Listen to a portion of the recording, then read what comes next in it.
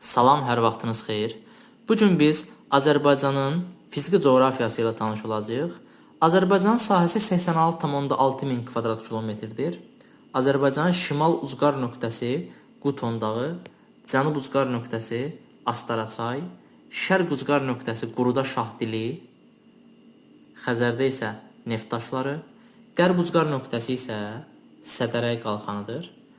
Azərbaycanın şimal qonşusu Rusiyadır. Rusiya ilə sərhədlərimizin uzunluğu 391 kilometrdir. Şimal-qərb qonşusu isə hesab olunacaq Gürcüstan. 471 kilometr uzunluğa malikdir. Ən uzun sərhəddə olduğumuz dövlət isə Ermənistandır. Ermənistanla sərhədimizin uzunluğu 1007 kilometrdir. Ən qısa sərhəd isə Türkiyə ilədir. Araz çayından keçir sərhəd 15 kilometr. Cənubda isə İranla qonşuyuq.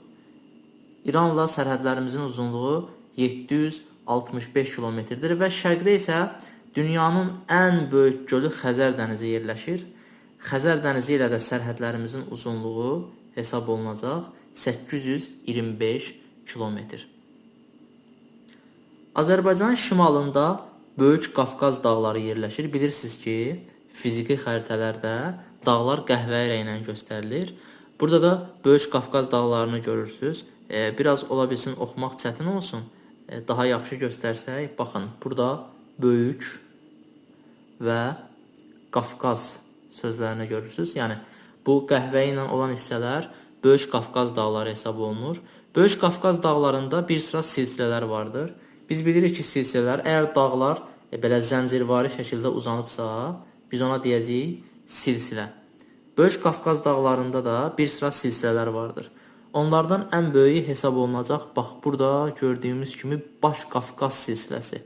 Baş Qafqaz silsiləsi Böyük Qafqaz dağlarının ən böyük silsiləsidir.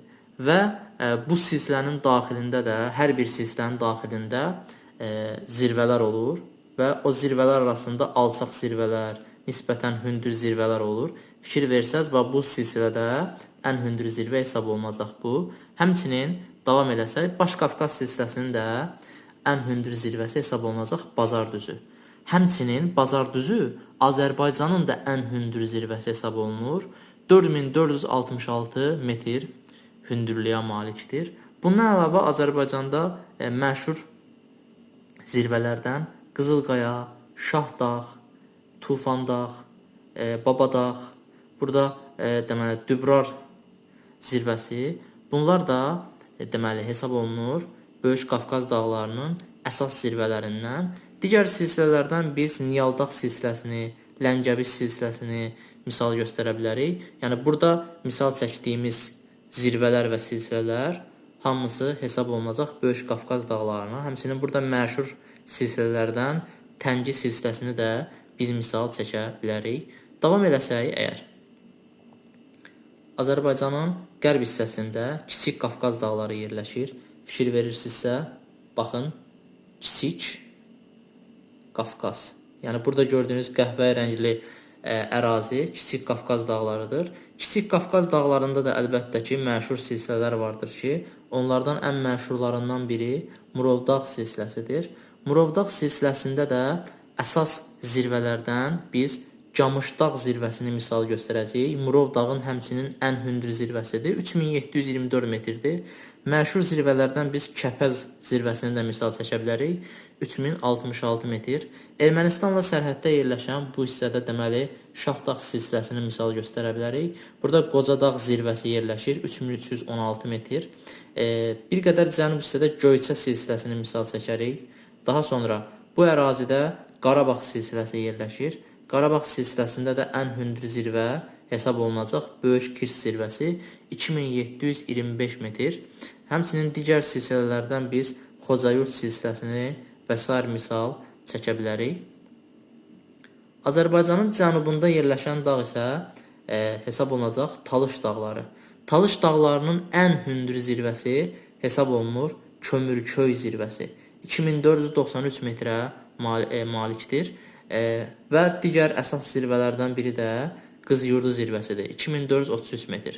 Talış dağlarında da bir-birinə paralel şəkildə yerləşən, fikir verirsinizsə, burada Peştəsər silsiləsi, Dizdoni silsiləsi, bir qədər şimalda Brovar silsiləsini biz misal çəkə bilərik. Əslində burada çoxlu silsilələr var. Fikir verirsinizsə, məsəl üçün misal çəkək. Burada görürsünüz də qırmızı xətlər. Bu qırmızı xətlərin hamısı silsilələrdir. Aşağıda biz baxsaq, gördüyünüz kimi, yəni silsilə nə qədər hündürdürsə, həmin qırmızı xəttin də qalınlığı o qədər də çox böyüyür. Biz isə əsas silsilələrdən misal çəkəcəyik.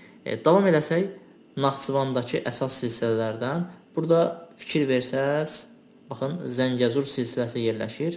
Zəngəzur silsiləsinin ən hündür zirvəsi Qapıcıq zirvəsidir, 3904 metr. Və davam eləsək, burada həmçinin biz Dərələyəz silsiləsini də görürük. Dərələyəz silsiləsinin də ən hündür zirvəsi Kükü dağdır, 3120 metr hündürlüyə malikdir.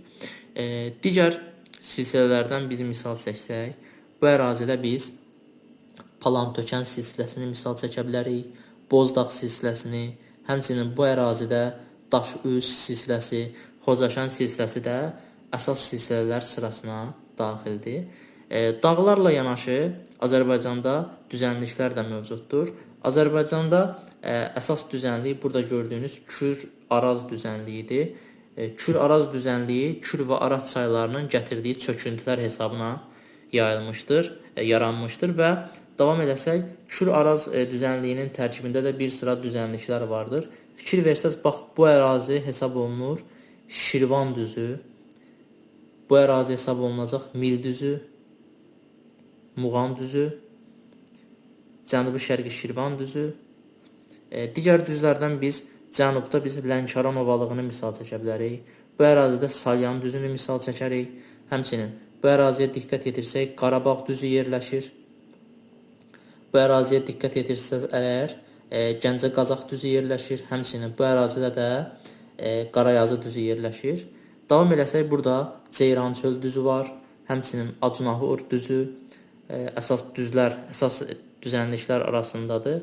Davam eləsək, hündür düzənliklərdən isə biz misal çəkərik Qarabağ yaylasını. Burada sönmüş vulkanlar olduğu üçün Qarabağ vulkanik yaylası da adlanır. Həmçinin bu ərazidə Yazı yaylasını da biz misal çəkə bilərik. Digər ərazilərdə biz görürük ki, bu ərazidə Qusar Maili düzənliyi, Samur Dəvəçi ovalığı, Yaşma düzü də əsas düzənliklər sırasına daxildir. Naxçıvanda da bir sıra düzənliklər mövcuddur. Burada adı yazılmayıb, Sədərək düzü, Şərur düzü. Burada Naxçıvan düzünü görürsünüz. Naxçıvan düzü ilə Şərur düzünün arasında da yerləşəcək böyük düz. Bu ərazidə Gülüstan düzü, bu ərazidə yerləşəcək Yayçı düzü və Ordubad düzü. Bu Naxçıvandakı düzənliklər Araz çayının sahilində yerləşir deyə Orta Araz boyu düzənliklər, yəni bu düzənliklərin ümumi adı Orta Araz boyu düzənliklər hesab olunur. Bu ərazidə də biz görürük Gəyən düzü, İncə düzü, Hərəmi düzü. Bu üç düz də daha doğrusu Araz çayının sahilində yerləşir və aşağı Araz boyu düzənliklər hesab olunurlar.